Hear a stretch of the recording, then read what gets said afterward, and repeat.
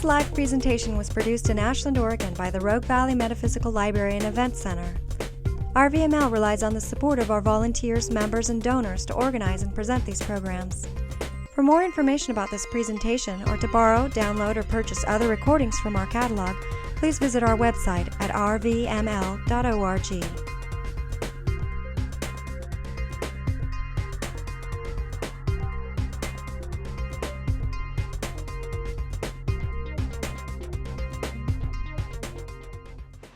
Well, Ashland is a wonderful town, and I really have been blessed to have a few friends here. I think it's a great community. And there's a lot to talk about tonight, a lot to share with you.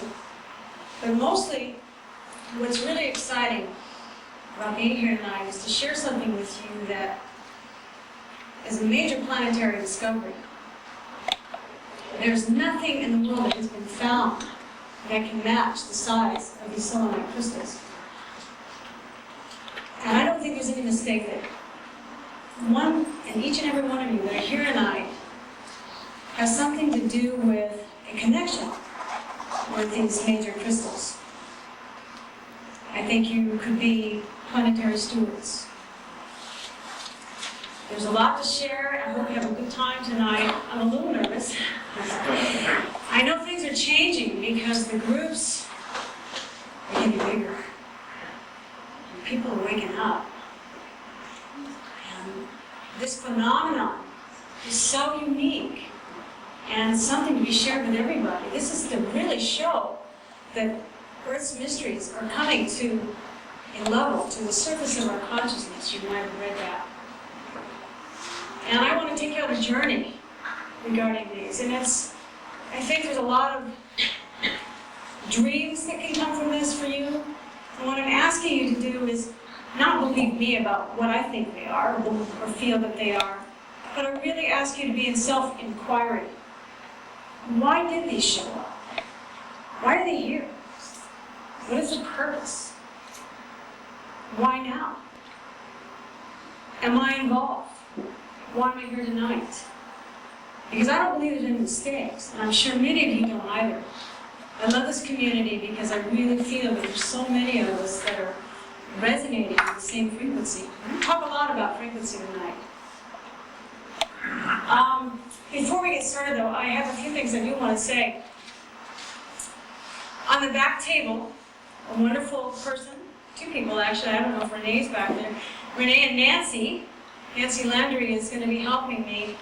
One of the ways that I support my journeys, and I've been all over the United States with this, and this is the biggest crowd yet.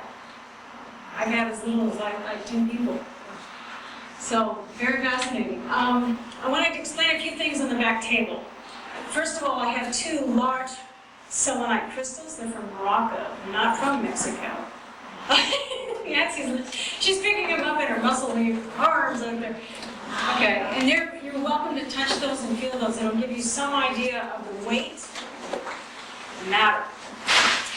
In addition, there is a article back there in the Smithsonian Magazine that I chose to replicate, and you can take a look at and read the story, that basically is now becoming really known and institutionally that these are probably considered the largest crystals ever found in the world.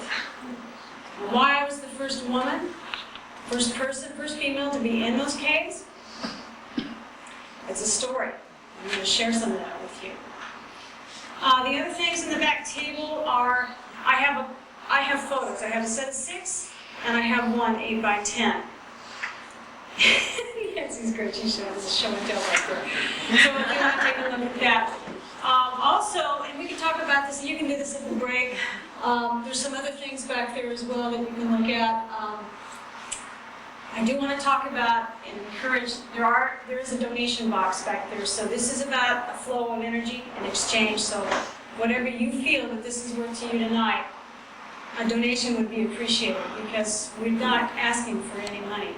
And some of these other places we do, we sell tickets and have people come that way, but what you think is a fair energy exchange for tonight would be really appreciated if you consider that. Also, I'm here to do some healing sessions. I've got a number of them set up, If you want to know more about that, it's on the page that tells a little bit about the calendar events here tonight. And then on the other side is a reference. And I've given that to you because we don't have a board, a chalkboard here. It has a number of things like the Azurite Press and some of the reference materials that I've used. Because if you really want to get into this, you can go really deep. You can find out a lot. And I'm so happy to be here. I really want to thank Jordan for being here and the help that Hearn did today, and Rob, and everybody, Sandra and Abby, to help pull this off. One of the things that I brought with me tonight is something called Crystal Miracles. A friend of mine by the name of Bill Kunitz, we call him Crystal Bill, down in Mill Valley. And I'm from the Marin area. I live there now. I was born and raised in Texas. Put this together. He has a deep love in the mineral kingdom.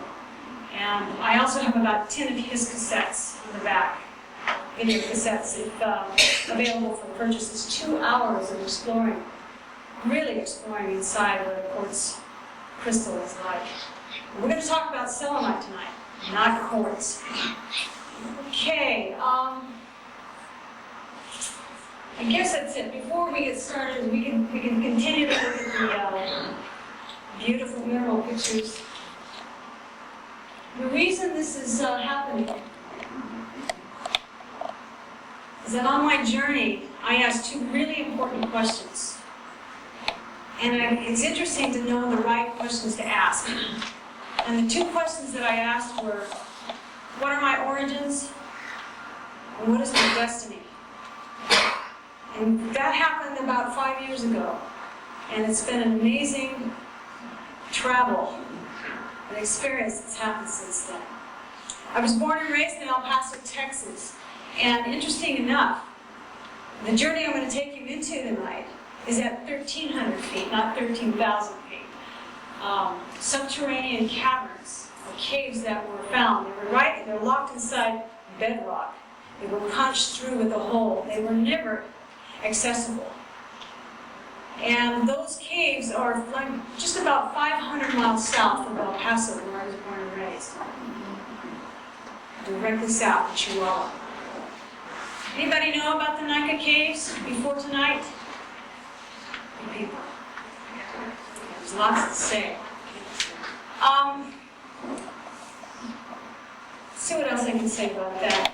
One of the things that I've been doing for the last 7 or 8 years is I have been exploring consciousness through touch. I call my company Crystal Conscious Life, and then the body work that I do is called Crystal Conscious Touch. And through that has been an amazing journey of, I'm sure for a lot of people who have been body workers, I've traveled a lot and worked with a lot of people, exploring lots of different things. Growing up in the Southwest, I went into tombs and explored Anasazi ruins and did a lot of river rafting and rock climbing. And it's one of the reasons I had the gift of being invited to go down into the caves. Because when I show you these pictures tonight, what I crawl over is like shark's tooth type crystals in the ground. So my heart's a little heavy tonight, and there's something I need to share with all of you that I just recently found out. One of the things that I do is I travel around the world to a lot of places, to sacred sites. And I believe that there are crystal temples all over the world. And they're subterranean. I believe there's at least 12, if not 24. And they're huge. If you can imagine that they have huge pyramidal bases like maybe in Giza, and with tallest skyscrapers inverted in the ground. What I'm going to show you tonight are very tiny. They're like little tributaries of that.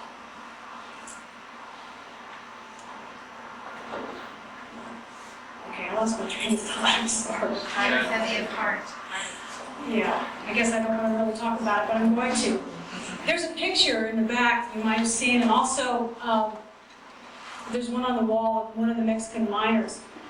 I'm holding on to one of the crystals like this. And I recently found out by the expeditionary, Richard Fisher, and just as what I had thought, the mining officials have hacked out that crystal. So that no longer exists. It is now obsolete. So the photos you're going to see tonight are extremely rare because it's 150 degrees in the caves. And some of the crystals are not there. I don't know which ones are gone, but I'm not surprised.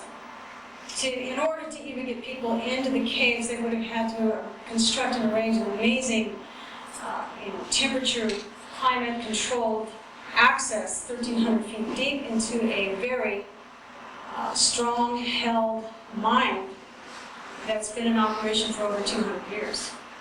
But to know this mining group, the reason I'm telling you this is if any of you have any connections, any contacts about this, we would like to find out who was in charge of this, that they would take that out. These beautiful crystals, and you'll see what I'm talking about. We're going to have a question and answer period later on this evening. We'll have a break, so if people want to get up and use the restroom or take a look at the stuff in the back, that's great. And I think that's about it. So Jordan, where'd you go? Okay.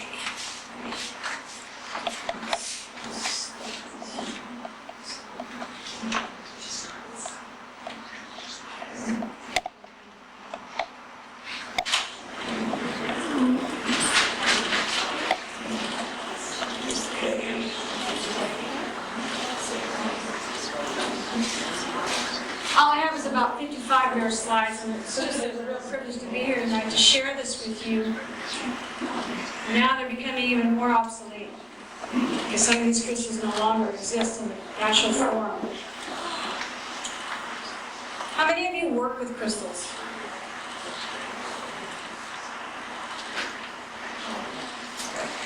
Well, I believe that crystals hold mass amounts of consciousness. And of course we know that crystal chips are used in all of our computers. So you can think of this as like one big ham radio. I'll show you. If you look at these hills, the reason I want to show this to you is to say, you never know what's in the earth. I mean, nondescript hills like this, they're very boring. They're in the Sonoran Desert. It's exactly the kind of country I was born and raised in, the terrain. And it's just loaded with minerals. There's a huge aquifer below the mountains here. This is in Chihuahua. And this country has something to do and connected with the Tarahumara Indians. And they're legendary runners. They're an isolated tribe of Native Americans who lived in the bottom of Copper Canyon. You're probably wondering now, why would I bring this up with her? But there is a connection, just like in Amazon forests. You have certain tribes that have just been completely untouched by any hybridization, right? By Spaniards or any other type of peoples that come in. So these people have been able to maintain a high genetic coding. They can run 100 miles at a time, run down deer to the point of exhaustion. They're legendary. And they have been racing here in the United States because of Mr. Richard Fisher, actually, the man who invited me into the caves. So this is their country, and Naica means shady place. And this used to be an Apache hangout. Excuse me. And you can see up here, and you see, I don't know in the back, it might, can you see on the screen back there? Yes. Excuse me. Here is, as you can see, this is the mining area. There's a town a little below that. And in there, this is how the mine would start. It was opened 200 years ago.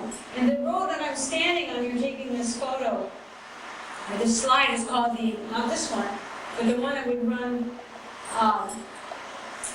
perpendicular to it, would be called the Camino Real. And this was used as a major trade route between the Indians, North America and South America. These hills are loaded with zinc and silver and mercury. And because of a lot of the water in the high desert like that, it was a place that many people came to. And 200 years ago, they discovered silver. And they began this mine.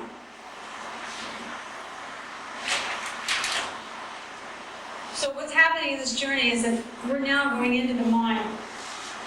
Go back here for a second. So what I'm going to show you is when we enter the mines, we start here and we literally traverse underground to about right here, and then we go down. And so the caves are deep. Just to give you an idea. So this is the Cave of Swords. This was a very famous, if anybody's into minerals and geology, this is the beginning.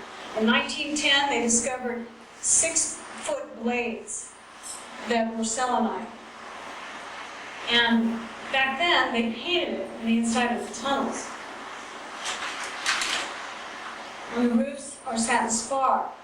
This is a form of an aggregate class selenite. Let's talk about selenite for just a minute, too. I want to share that. Selenite is a major current of energy.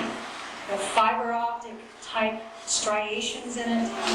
I really encourage you to touch those in the back to get an idea. I believe they hold tremendous amounts of information. Selenite also is the name of the moon goddess, Selene. So it's a part of gypsum. And everything we're looking at, we eat about 25 pounds of gypsum a year. The wallboards in our homes are made out of gypsum wallboards. Okay, so this is the beginning. This is Carlos Lascano, and he is the top geological expeditioner in Mexico. And you're looking at these like a living reef. They're kind of muddy, right? These particular crystals. They're all selenite. It's a living reef of selenite. And this again was found at about 400 feet deep in 1910. And so there were geologists from all over the world that would come here, because nothing in the world had ever been discovered like this before 1910, or since, until April of 2000.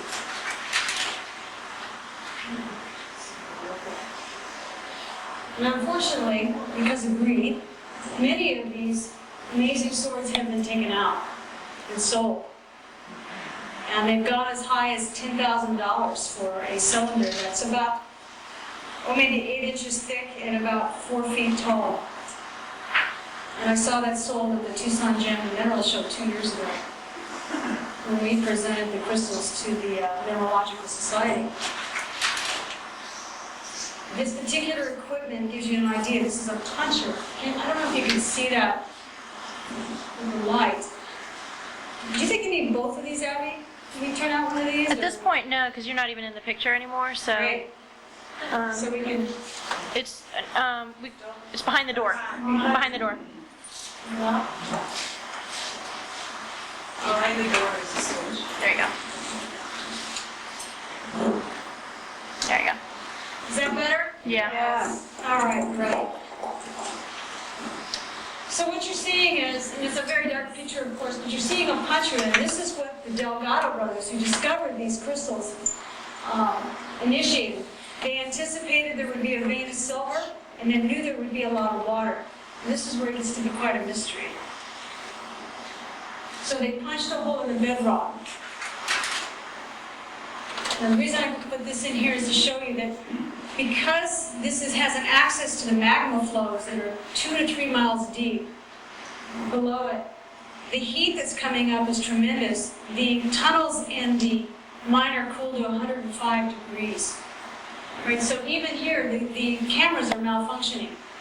And it's one of the reasons why Richard Fisher, who is the expeditioner from the United States, was able to get into the mines, because he knew how to correct this problem by using older cameras that were not digitized or electrical. They were manual.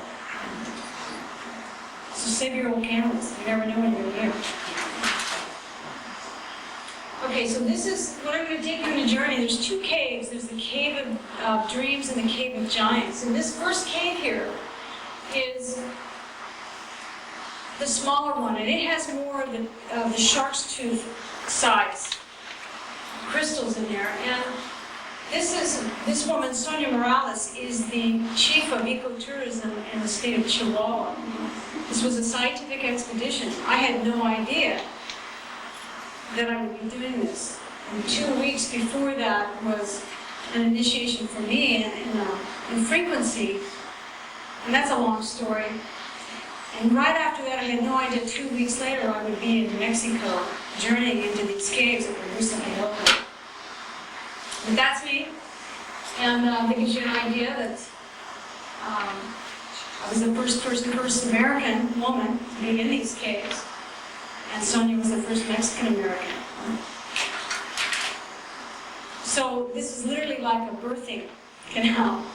So we had to go squeeze through a small opening into this bubble. So you get an idea of, there's a lot of, we've been speculating about the color. It's probably part of the flash, but it's also inherent into the selenite crystals themselves. Think about it, it's like 100%, can you see that? 100% selenite in these caves. So it gives you an idea. There's always going to be a person in these slides to give you an idea of the comparison of the size. So it's very hot, and inside the caves, it's about anywhere between 135 and 150 degrees. It's a super hot sauna. And when we went in there, we were told that it would be cooler in the smaller cave. But there's fluctuations in the magma flows that are below it, and this is all limestone. So we're talking about a 97 million-year-old rock.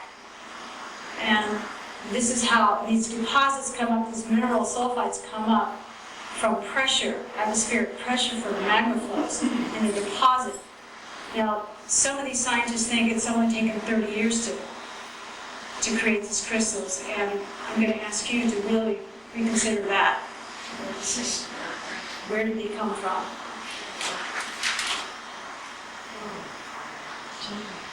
So, I have to laugh about this. Some of these slides I have are cold. They're not what you wanted, and I was able to get them. So bear with me. Some aren't that great. All right, could you focus that for me? There we go. Thank you.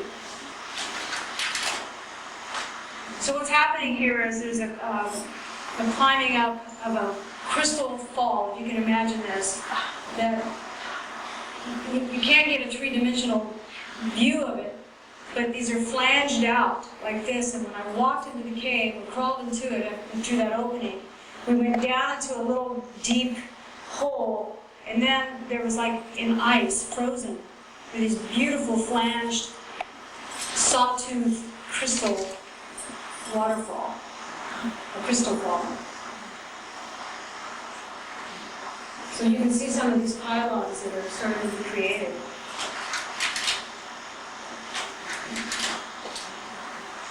So what I'm doing is, no one had ever been in these caves so far because it's so hot to fully explore them. So that's one of the things we're doing is documenting it. I have just a little miner's helmet, and I want you to think about this. There's no light in here. There's no air. It's very hot. It's very moist. It's 100% humidity. And if you turned off the miner's helmet, there would be no light. You could not see your hand in front of you. So this was all done with a feeling of nowhere to run, nowhere to hide, nowhere to go except to stay totally present. Otherwise, you could panic. Maybe this is a good point to tell you a little bit about it. I was living in Sedona at the time, and I had journeyed down to Mexico and ran into the photographer, and he showed me these amazing crystals. And 4 months later, there was an invitation to go into these caves, because there had never been any females in there, women. And the miners have never let women into the mines because it's considered bad luck. So that's changed. We're making progress. What I'm going to do is explore up to the left. So that's where I'm headed with this. So what I'm asking you to do is take a look at some of the fiber optics, understand that what you're seeing here is an activation. And that's for you to explore, what that means to you. I would ask you to really research about what selenite is. It really is at the helm of predominant power stones. These have just recently come into our consciousness about what selenite is. It's so powerful, we use it in meditations, we use symbol codes with it, and it really resides, it's more of a spiritual stone. It resides more in spirit than it does in matter. And it works with the 10th chakra. So if any of you know what I'm talking about as far as energetic fields around the body, electromagnetic fields around the body, selenite has the ability to activate what we call the soul star, which is located about 10 inches above the head. So it really is, my belief, comes from a place, from our galactic brothers and sisters. And as I show you some of the pylons, you'll understand that it's almost unbelievable that these could be here.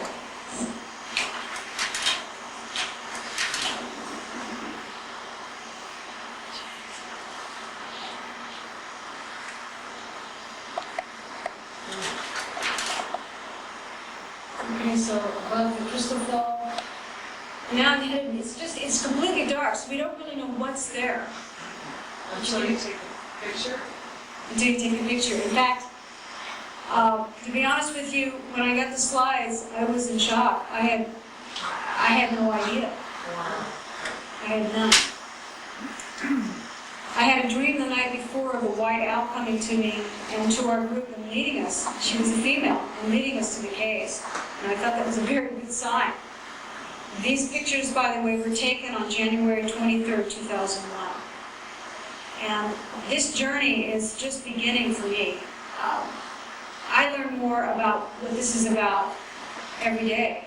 It's deep.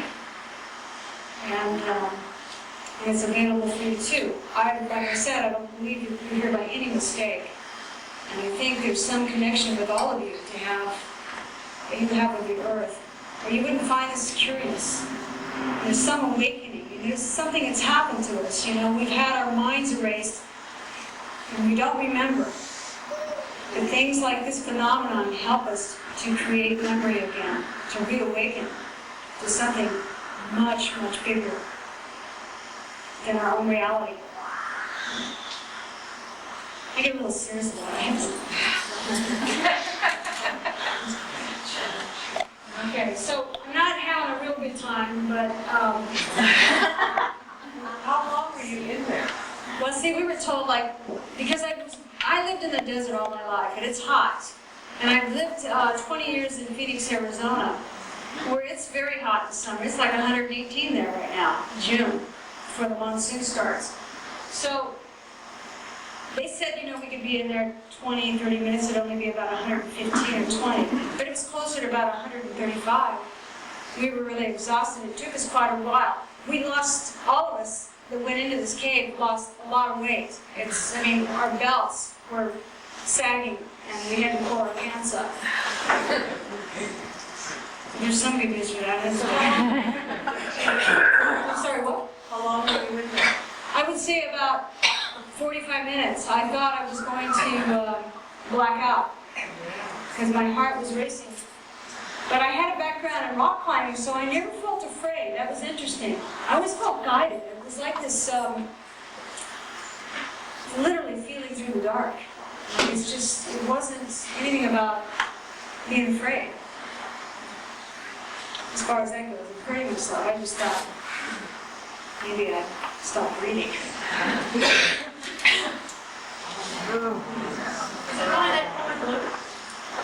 There is something to do with, some of them are color of blue, but I also believe, and these are not touched up photos at all, I also think this has something to do with the flash. This is 1 nanosecond of a flash, and look at the illumination that's created by that.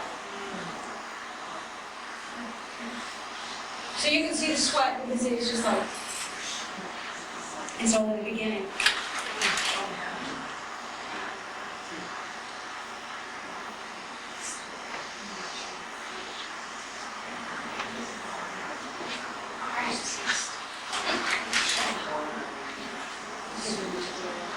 So you see that, you can see what I'm talking about as far as, can you fix the focus on that?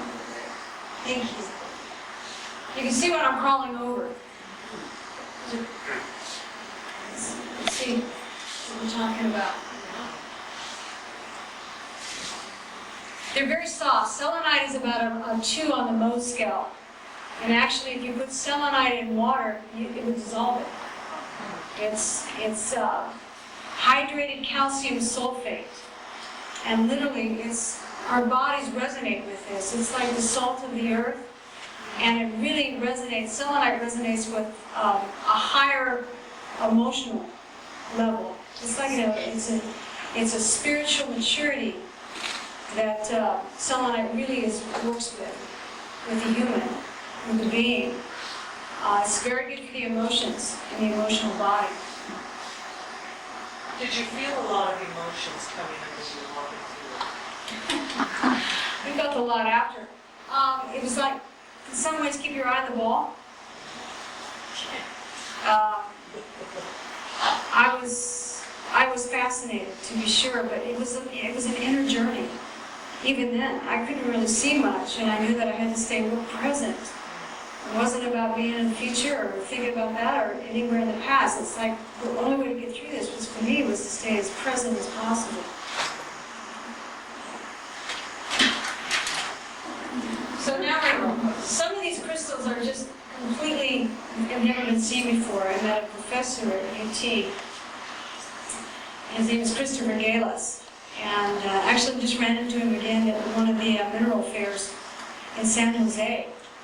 And this particular crystal over here, if I could have photos on the back, is one of the most unique crystals that have ever been formed. I wish I knew geology better to tell you exactly what that is.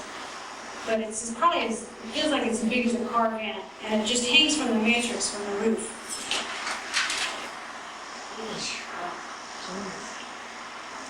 Again, this is the Cave of Dreams, which is the smaller cave. There's none of the real pylons that I want to share with you.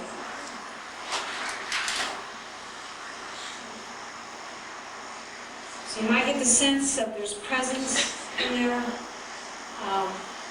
I've looked at these several times, and I always get the feeling that there are beings there, elemental beings that are present with us.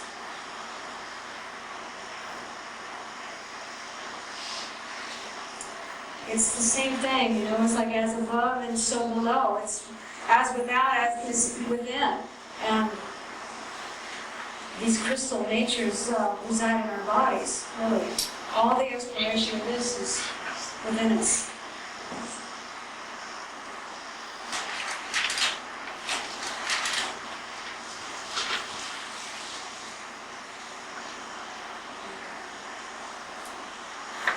I would say there's probably been about, I don't know, maybe a total of,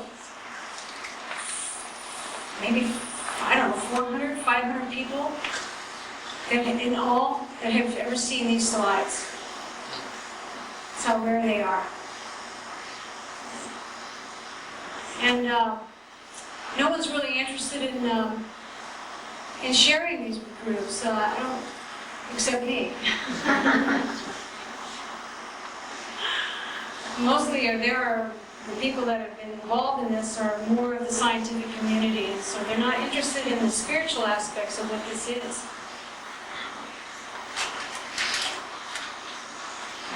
So now I'm coming over to the right side of the cave.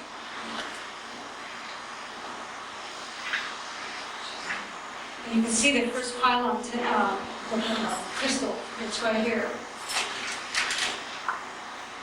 Check those out. Are they hot? They're very warm.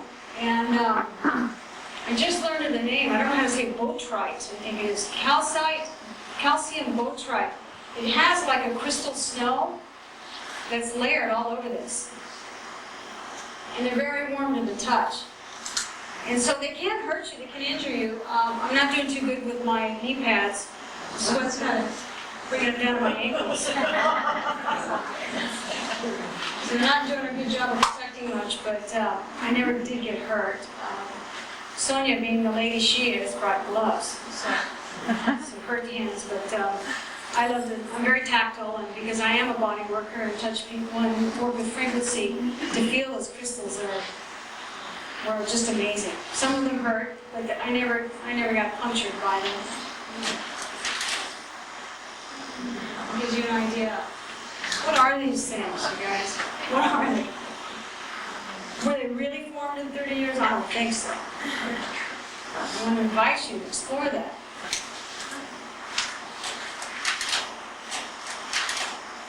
So now it's coming over. So these are literally coming from the matrix in the roof of this. It's hard to determine the size of these caves. This smaller one, maybe 2,000 feet. Remember, it was a bubble inside bedrock. It really almost defied gravity. And that's my favorite. Cave jewels. And you can see the fiber optics. See how clear they are. These are like super ham radio. Okay? This is galactic transmitters and receivers.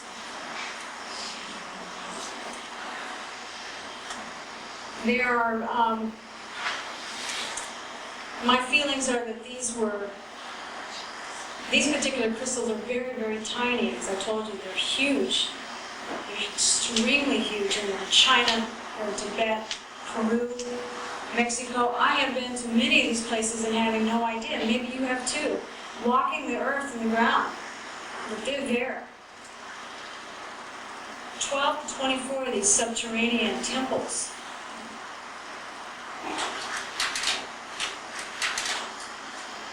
And then we're returning, because it's way hot. We're going to go out into the cool tunnels of 105 degrees.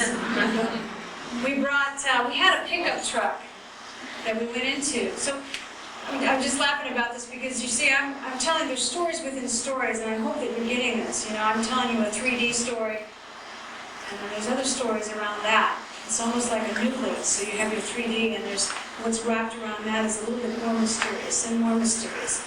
But on the 3D journey, the third dimensional journey, we had a heavy-duty pickup truck that we drove into the mines. Remember, these were like, you know, the Mexicalis. These were the guys who had the bullets across their chests. And you got to think about it. This is amazing history, 200 years of it. They haven't changed much. In these caves or the tunnels, we had, we had a bag of Gatorade cans, and they were very hot. They were cold at the top. We had to wear jackets because it was wintertime. But as we slowly made our way over huge rocks down into the tunnels, I showed you how we went.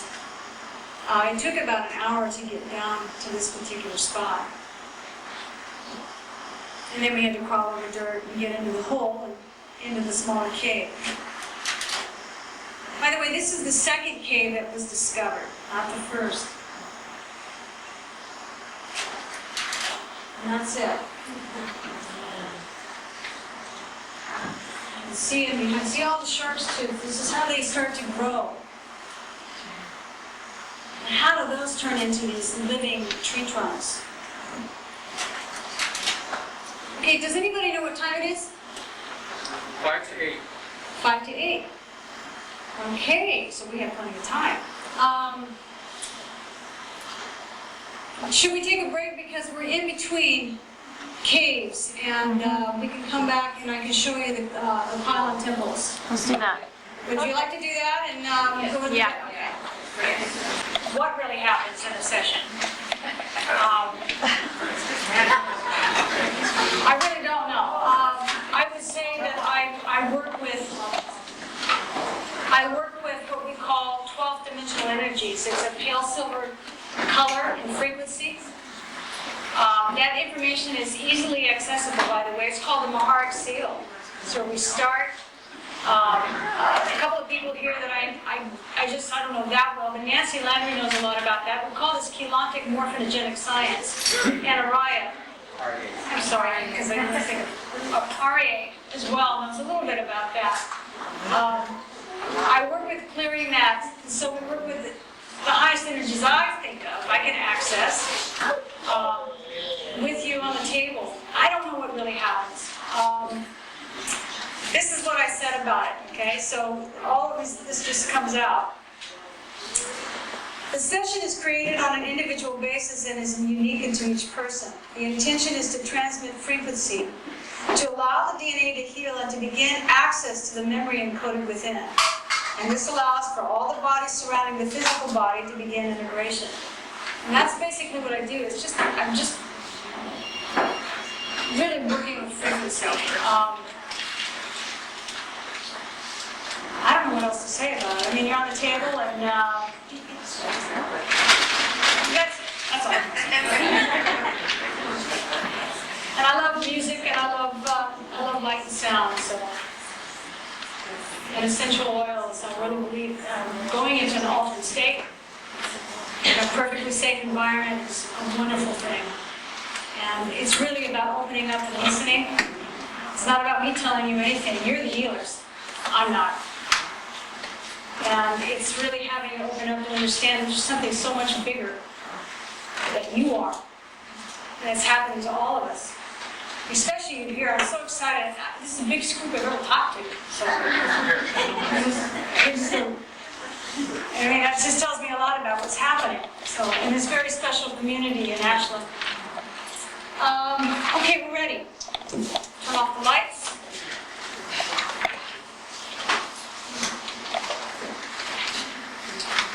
Abby, is Jordan around? Jordan?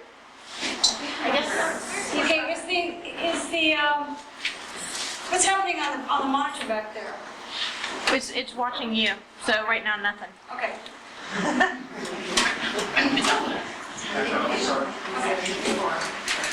There we go. Okay, here's our beloved crew.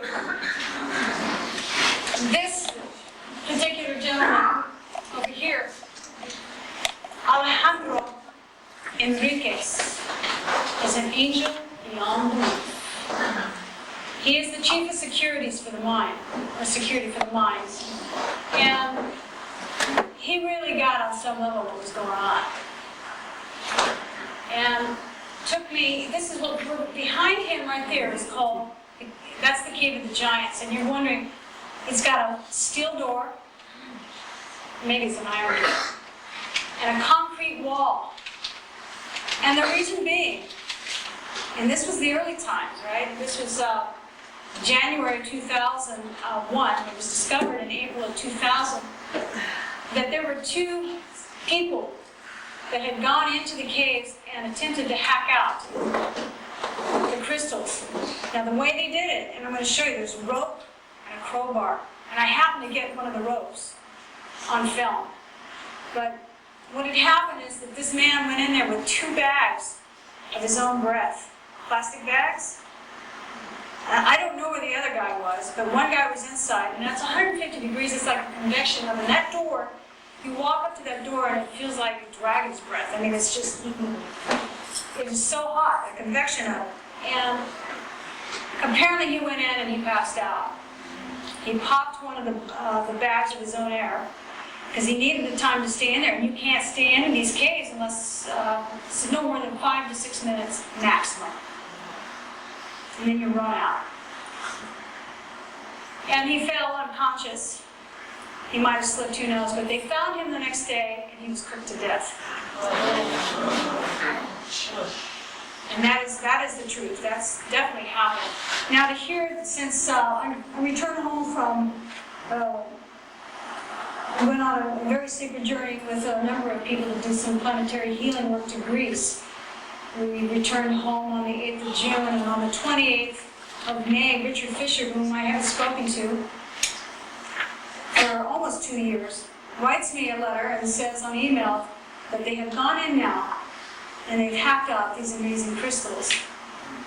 I'm not sure what people want to do about that. It's really up to each person.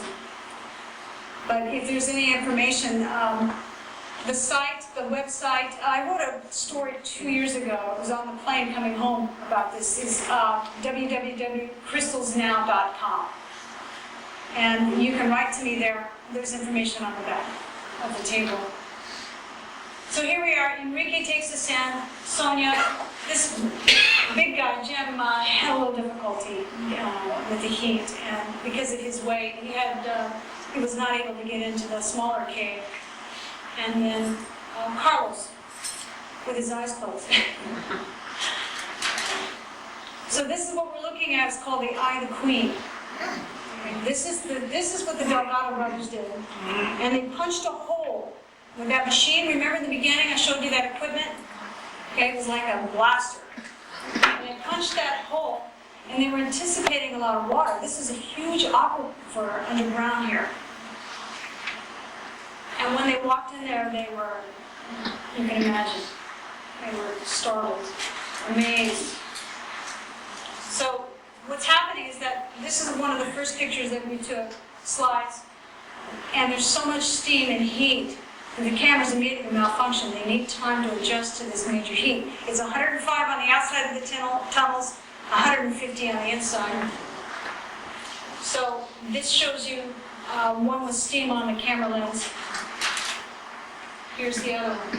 Let's see why. And Mr. Angel here, he took me into this cave 4 times. I swear to God I wouldn't do it more than once. And he said, I never want you to forget this. Don't forget it. You'll never be the same again.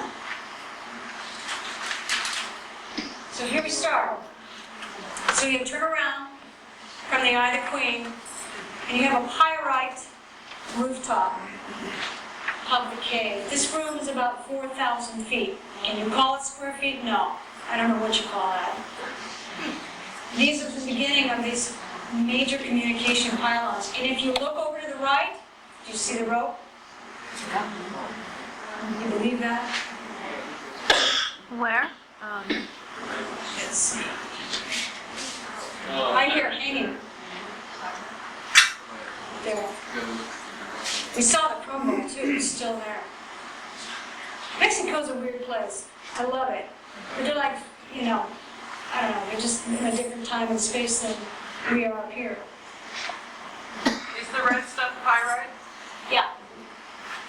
Iron pyrite. And then you can see on the bottom here, the baby selenite crystals are growing. See how flanged they are? The shark's tooth. And here they begin. You can see part of the sides of the walls of the caves with the smaller ones and the big ones. They grow every which way. It literally was like, I don't know, I was completely blown away. I didn't know what to say. I couldn't think, really. So I put this in ahead of time. This is a little bit out of the chronological order, but this is one of the last ones. We're just sweating like crazy. He's got red, long underwear on. Why? Because it's cold on top. 1,300 feet above it's winter. It's about 40 degrees. The sun's shining. But this is one of his farewells to me. He said, turn around, I want to show you what you're seeing here. And you can feel some of the presence in this particular cave.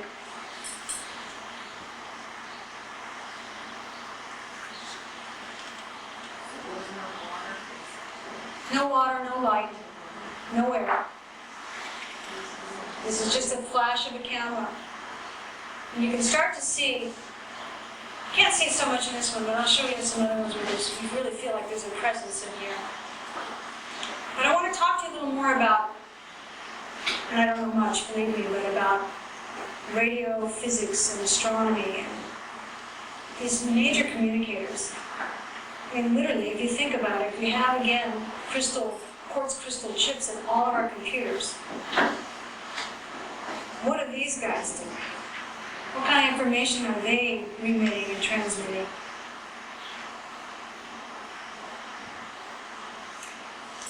In the research that we know about, some of us here in this room, we know that these particular crystals, they're not bad. Crystals are programmable. And because we live in a planet of polarity, we deal with light and dark. And crystals can be programmed, just like computers and programs, software and people. So we have these crystals, and I want you to consider this. I'm not asking you to believe it. I want you to inquire about this.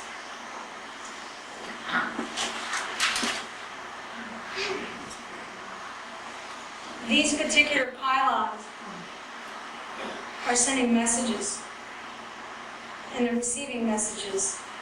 Our research tells us that these are part of something called the firmament crystals, and they were brought here to help reseed the planet. They help to stabilize climate. They're here for a lot of reasons. They're here for communications. They're here for healing.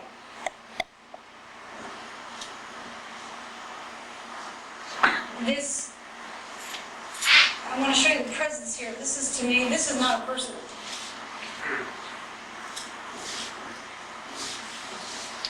And if you look at this, can you see how it starts to transform into a portal? Can you get that feeling?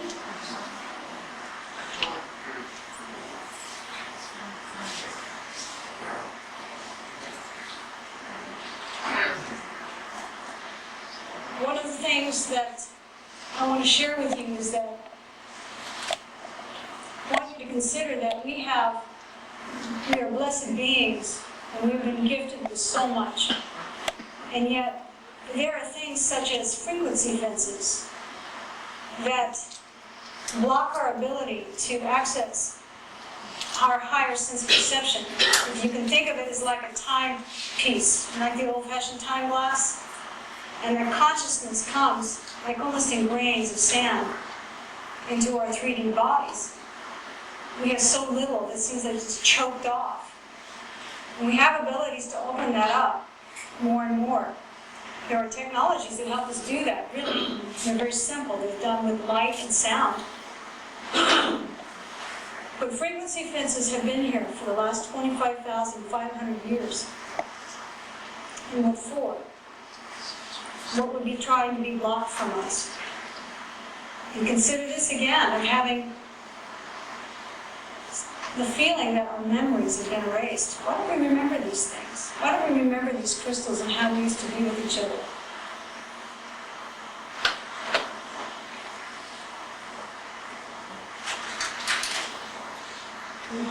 All right, so here we get into them. You can see they're as huge as redwoods, trees and living tree trunks, and you can see where down at the bottom, they're the clarity. The clearer they are, the more that they send communications.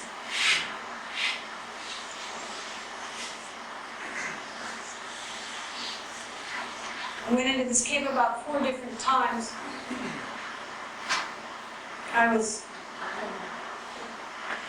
totally blown away. I think what I was really amazed at is, why me? And when I got on a plane and came home, I asked those questions, and by the end of the plane ride, I had like 30 things to do. And the first was to buy a laptop computer and write this story. Look at all those clusters above you, the lights in the dark area. Mm-hmm. I always love this. It's like, as within, so without, as above, so below. It's like, I feel like this is an energy. It's like it's all inside us. Those are like little mini cosmos and novas. And on the outside and on the inside. And they're deeper than the earth. And can you imagine, I mean, consider this, if this is only at 1,300 feet, I believe the main crystal is below Mexico City.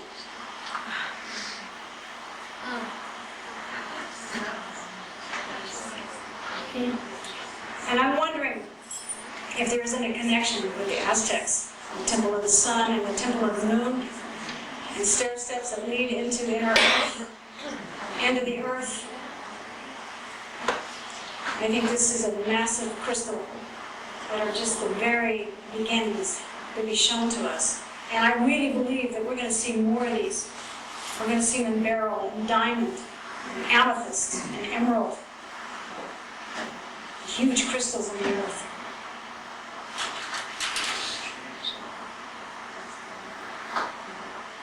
How many minutes are you in there then? Well, I went in 4 times. So it's kind of funny.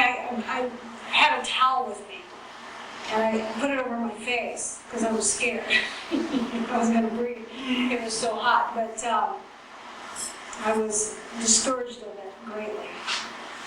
To do that, so we could take these photos, which turned out the one is now in the Smithsonian. So I guess there was a reason for it, to try to, to look as, I don't know, natural? I don't know what.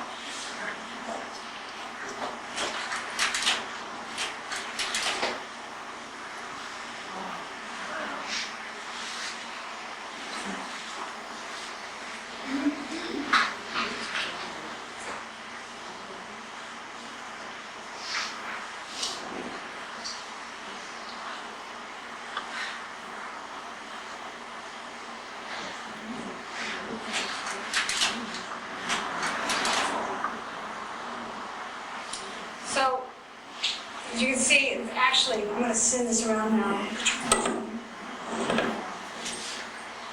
I have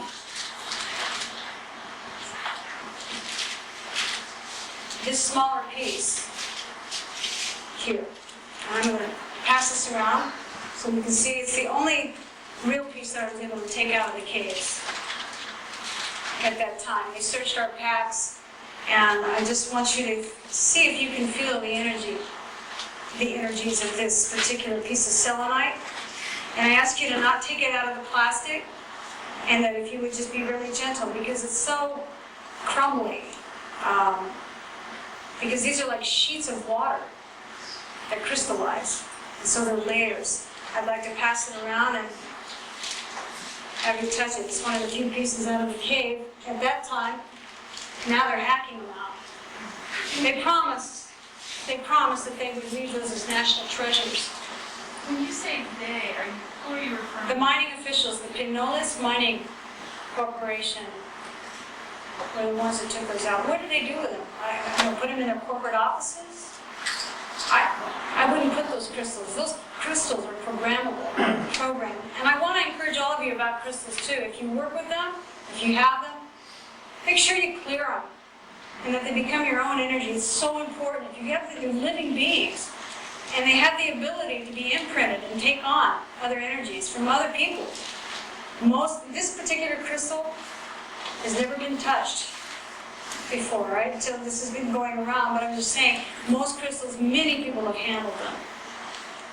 And thoughts do become reality, become form. So, there are a couple of ways you can do that with your crystals, and I recommend the selenite, and I really highly encourage you working with selenite. When you clear them, you can put them in kosher salt, and put them in a crystal bowl, and leave them outside in the sun. And if you want, do it at the full moon, too. And that will really clear up and make them your own. Put your own intention into it. Thank you.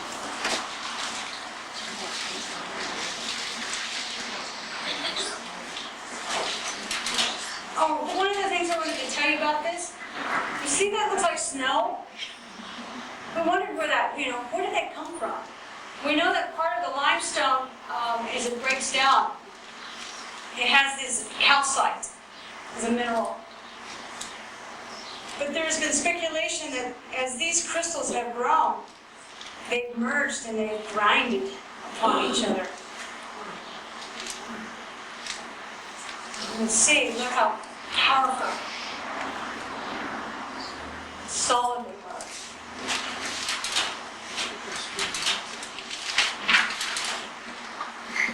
So, I'm as red as a lobster, so. Oh my God.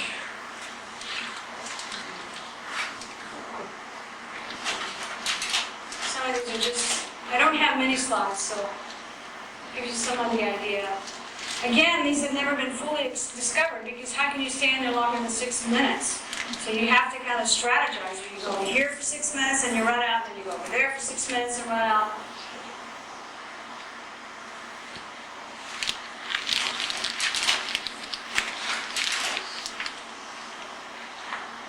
And this is close to the one that's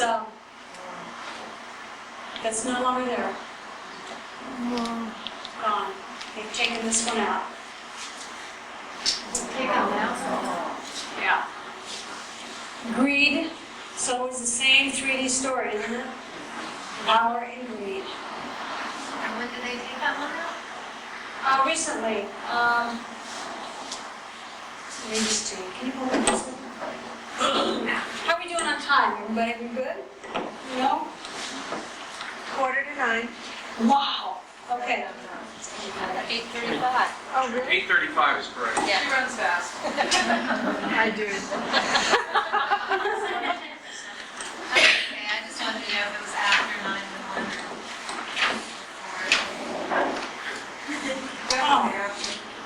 You know, also I have a guest sign-in sheet I forgot to give. I'm going to put it back. If anybody wants information, if you kindly write this down. If somebody just passes this all the way back to Nancy, that would be great. You can sign it to back. Let me just show you or share with you what Richard had written to me. On the Crystal Cave, the news is very sad. The mine management is chopping out many of the beautiful crystals while they are claiming to be preserving them. The crystal spike that is over your head in the famous photo is, in fact, one of the crystals that was chopped out. This required machinery and a great number of men and labor to accomplish. So the damage was done with the knowledge of the mine management. I'm trying to contact the president of the mining company as well as the owner of the conglomerate, but these people are very high in the social structure and I cannot find any contact details for them. Perhaps you could be helpful.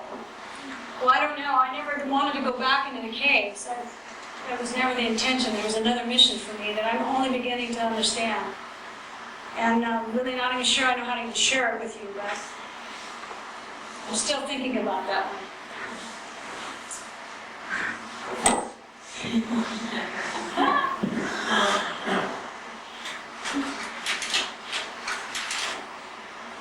Okay, so we're coming down to the end now.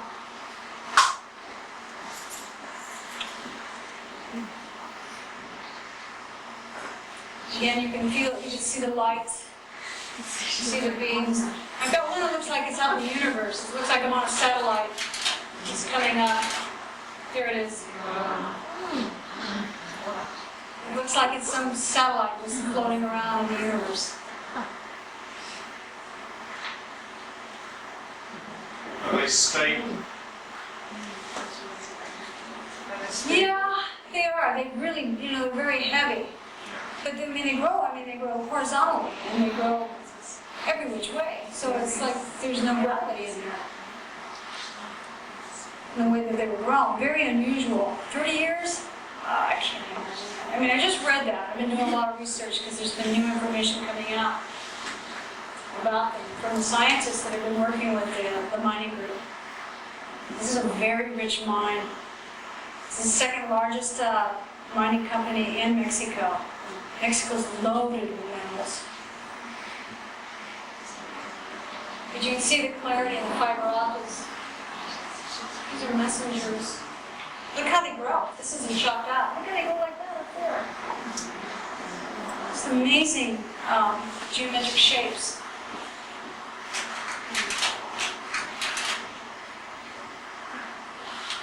Thank you, RA. No, it's rough. We had to go out. The cameras kept fogging up. If anybody's aficionado of photography, one of the things that Mr. Fisher had done was use a clear lens, and that was able to help, like a filter, a clear filter, to work with the humidity and high temperatures. It's super hot sun. We have a photograph of the photography. Yes, last one. He's camera shy.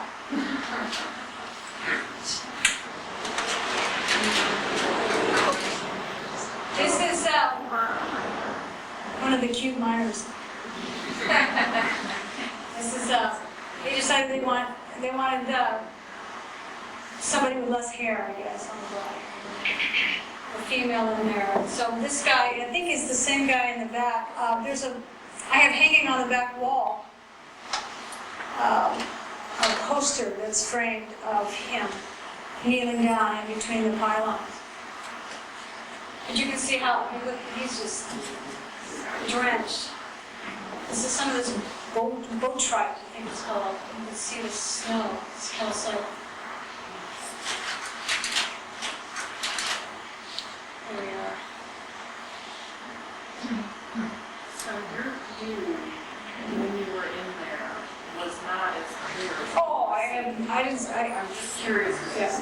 what you saw, what your visual field was like. There's a small miner's light. I don't know. I mean, it So was, you didn't really have a, I have no idea the size. I mean, I could see the size, I could sum it, I could feel it, but I had no idea about the color or the depth. And there he is. Look at the color of those pylons. Beautiful, like a celestite blue.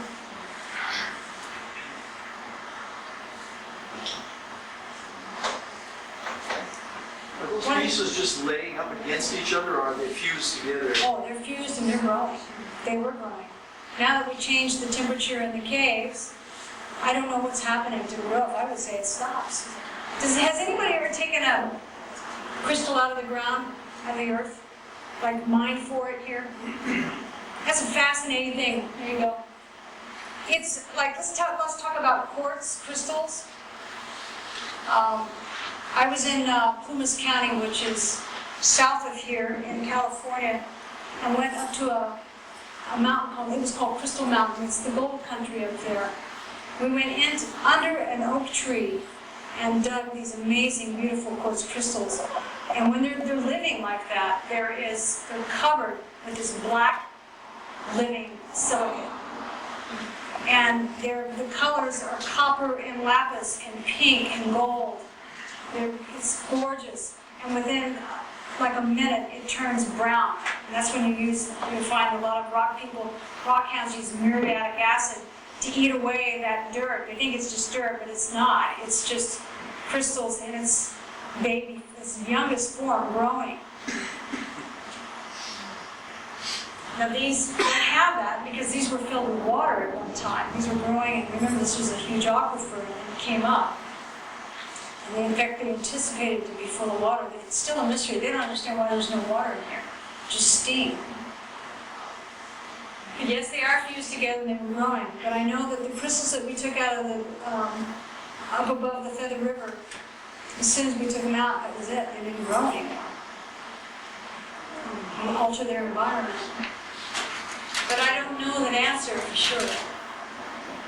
And that's it. You can see that there's how the tunnels are. It's just honeycomb throughout the mine. I think the mine goes to a depth of maybe, I don't know, maybe a mile. Anybody been to is it called the North Star Mine in Grass Valley, Nevada City? That area? It's fascinating. That's, more gold was extracted out of Grass Valley than anywhere in the United States. It was the highest producing gold mine in the country.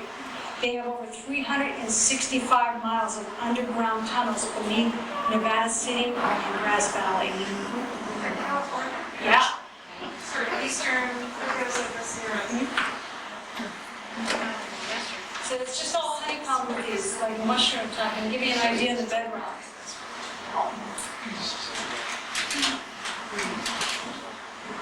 And that's it. Kind of a nice little glow at the end of the day. And we head back to Chihuahua. Any questions?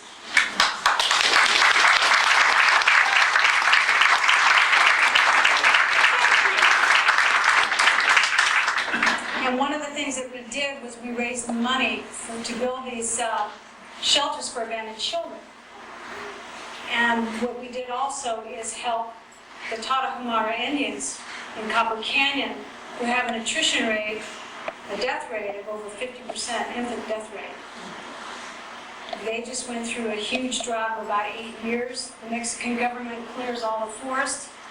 When you clear the forest, you change the climatic conditions, and the rain stops. If anybody's ever been into Copper Canyon, it's fabulous. It's called Barranca. Is it Cobra? Yeah, Barranca de Cobra. So it's Copper Canyon, and deep within this is what I was telling you, that this isolated tribe of people live. Richard has been working with these people for 25 years. They trust him. He's a brother to them. And all they want is their corn and their pozole beer. I spent time with them. We had a man by the name of David Essick. He was a photographer for National Geographic who went with us. And we spent Thanksgiving there. So I got to know Mr. Fisher that way and watch these famous runs that these legendary runners do between their own tribes, their own groups. And because we raised money, he never forgot me. I hadn't seen him in 3.5 years. So now let's go back to October 2000. I was living in Marin County, and I'm sure some of you have all had this happen to you. I just had one door shut after another. My job, my home. I had a beautiful place I was renting with some wonderful people in Mill Valley. And the landlady decided to sell it and had to leave.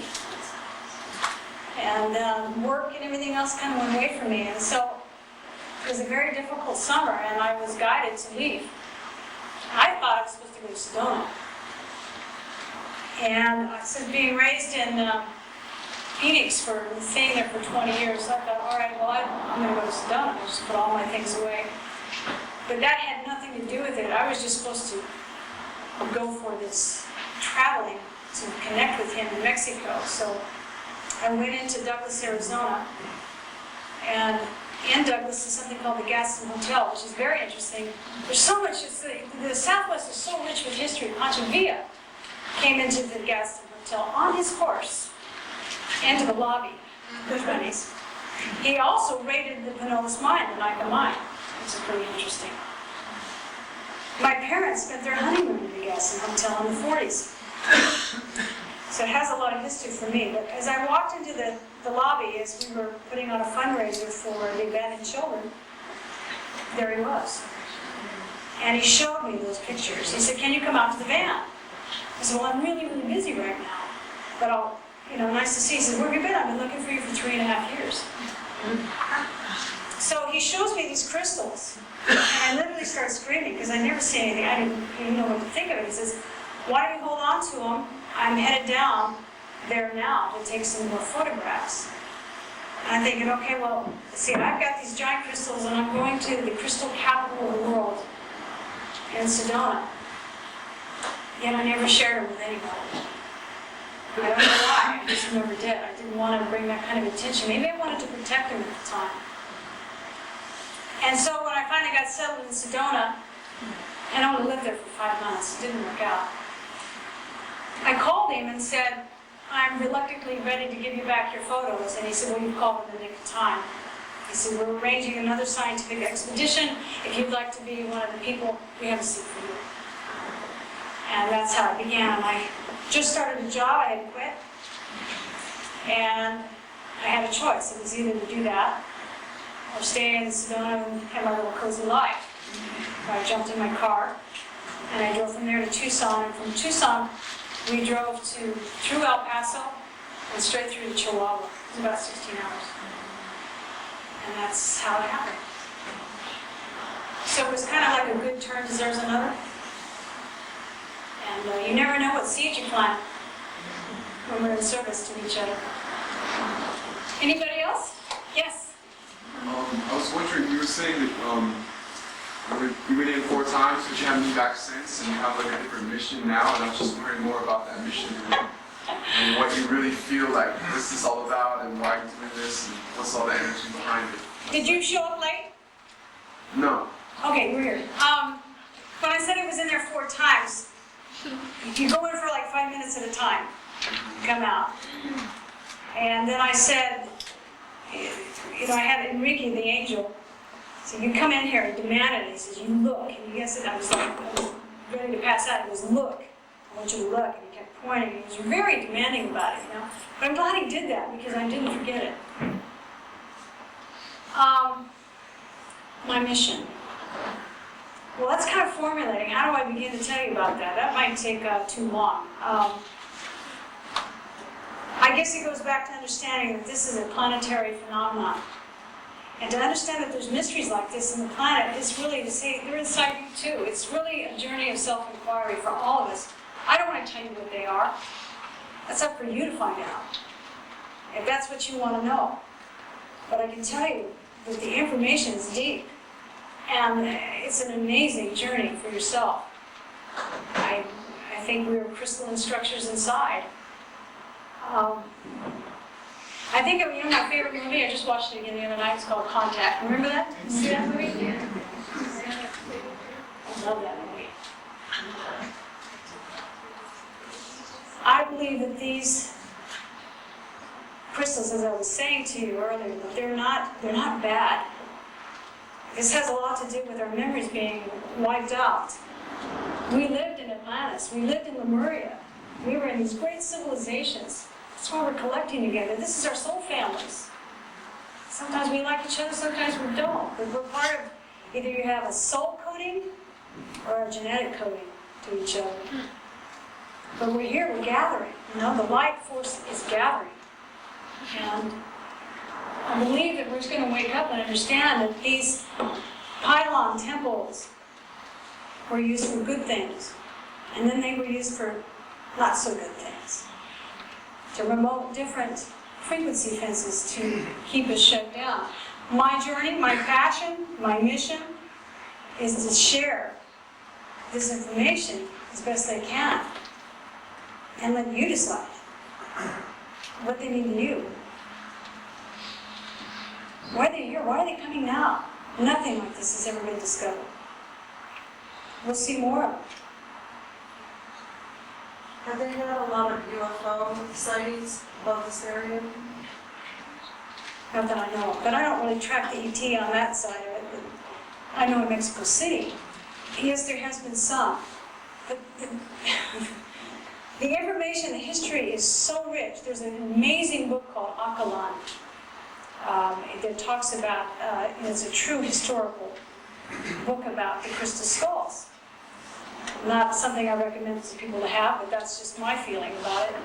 But there's brujas, there's white witches, and there's black witches, and it is very much involved in the whole revolution, the Mexican Revolution.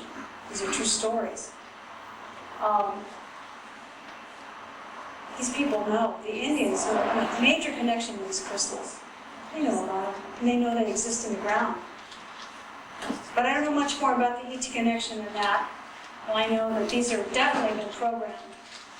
And right now they haven't been programmed for good. But there is a lot of work being done in the higher realms and here to help recode these crystals to its divine right order. How did you know haven't been programmed for good? These crystals that you... These particular ones. How did you know that? Well, that's a long story. I would say that I would lead you to... Are you going to see that sheet? I'm going to give you some reference materials. I don't know if you picked this up or not. But there is something called The Voyagers, The Secrets of Aminte. It was written by a woman by the name of Anna Hayes, and now her name is Ashayana Dean. And this is a journey about transcribing information off of something called the cloister door tour plates. These are like holographic reams of information. There's 12 sets of these. This is where it came from. You can read the books. They're very heavy on multidimensional physics. They're fascinating. And I've been involved with it for 4 years now to study. I'm a student, like many of us here. There's a number of us here that are drawn to that and learn a lot. So I would recommend that. Also on the back is the website, the Azurite Press. that will give you current information. I think I've even listed in the Voyagers the Selenite Crystal Temple Network and the Iberian Dyadic Crystal Grid. So you can research that yourself. Well, when you were in there, did you feel any negativity? No, I didn't, but one of the things that I had done before I went in there was to surround myself with protection. I think that's something that's an inherent gift for all of us. We can protect ourselves when we go into places we don't. We know, you feel it. You know when you're in a place that doesn't work for you. And if it does, if you're treading into places you've never been before. I use energies, I use something called a 12-dimensional energy. It's a pale silver light. And it's something we call the Maharic seal.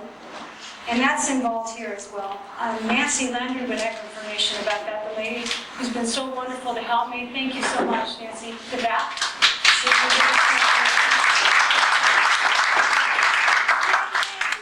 I hope that answered it for you without getting into too detail. Anybody else? You keep referring to it as a temple. And to me, temple means something that was built. So it's your position that this was built and it's not a natural occurring phenomenon? It's both. Think of it as like rods, baby rods, next to that are not organic, and then planetary rods that are. They grow side by side. You know, they help each other grow. Yeah, I think these were inserted. And these particular rods, there would be more, but the temples themselves are not like crystal temples that are like beautiful Grecian columns, but they're like this. They're huge. Didn't you say, as an also said, that these are actually small and then brought it in there? I mean, Yeah, no, I said, yeah, these are really tiny. These are like little fingerlets. They're as big as the base of the pyramid and as tall as skyscrapers inside our Earth. There was a movie, by the way, called Journey to the Center of the Earth. Yeah. Did you see the movie? Check this out. Right. A guy named Joel Silver called me, right? Because he said, I heard about these crystals. And he based it when they went into the center of the Earth, the crystals, if you saw the movie. He got this, he did the mock-up from the crystals I sent him from Mexico. It's a new? Yeah, is it called, what is it called? Do you remember? I don't remember, but I was It was just because out. I love the crystals when they go in and whatever Yeah, happens. they burrow into the center of the Earth. Yeah. Of course, what it's beginning to show is the HAARP station in Alaska. It sent out these pulsings, but that's another story. A big fat file. Oh, it's deep. It gets deep. Anybody else? The movie was The Core. The core, that's it. Thank you. It's the core. And they land in crystals. So they use the mock-up of these crystals to do it.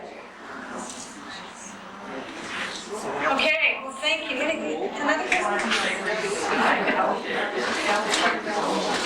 Oh, yeah? Selenite is good for the bone structure, too. The skeletal structure. Helps it to recalibrate itself. Thank you so much, everybody.